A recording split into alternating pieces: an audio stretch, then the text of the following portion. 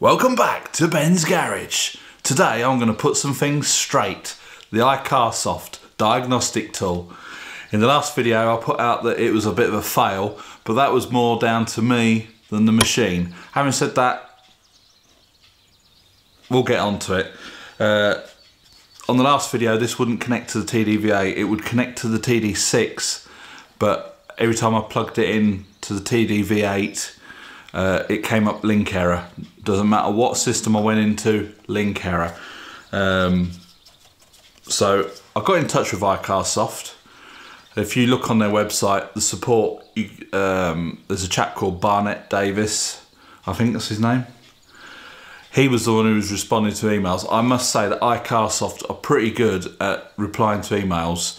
Obviously that they're replying from America, so there's a bit of a time difference. But they do get straight back to you.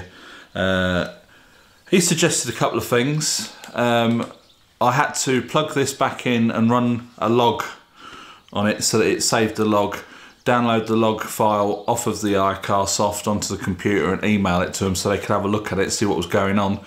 It turns out that although I'd updated the firmware on it, it was still running the old firmware.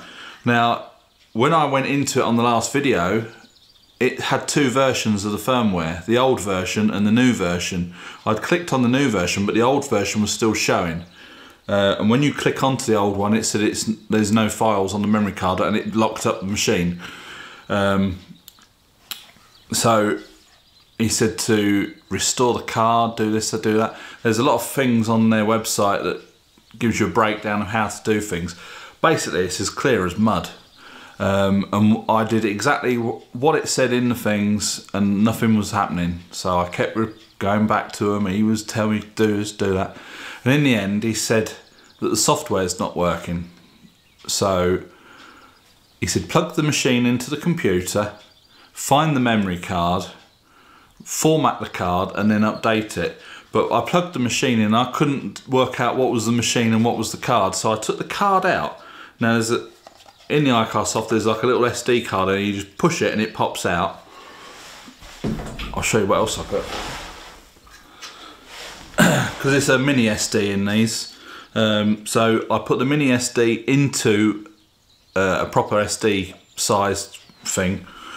It's just a SanDisk.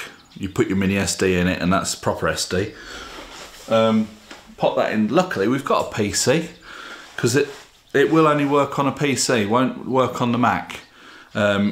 So I put the mini SD into the SD adapter, plugged that into the laptop, formatted the card.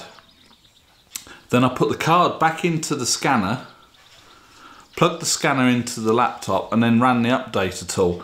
Now on their website, support and updates, there's a whole list of diagnosis tools across the top. The first one was the iCarsoft version 1 and version 2, and the second one was LR2. Now that's an LR version 2, so I tried doing it the other day on the LR version 2 one, but I tried it on the first one on the top left hand of the page, and it updated it. I selected all the files, Jaguar and Land Rover, and updated it. It said it was all updated, disconnected it off the computer, plugged it in the car. Now it's working perfect. All the systems on the car are showing up. It's communicating with them. It had a lot of faults on the car, but I've cleared them all off, and we'll, you know, the next time something happens I can plug it in and that fault will hopefully show up. A lot of the faults were a communication error between the power getting to the ECU, which is possibly the battery problem we had the other day. It's not done it since, so I've cleared all the faults. If it plays up again we can try it. So this is just a bit of a shout out to iCarsoft for pretty good customer service. It's the website, how to format the card and update it isn't as clear as it should be, but we got there in the end and it works. So 2 thumbs up for iCarsoft. I have ordered another diagnostic tool which goes a bit more in depth into the ECU. I shall do a video on that when it turns up, and then I might end up selling this one if the other tool is better than this, which I think it will be. Keep your eyes out for that video.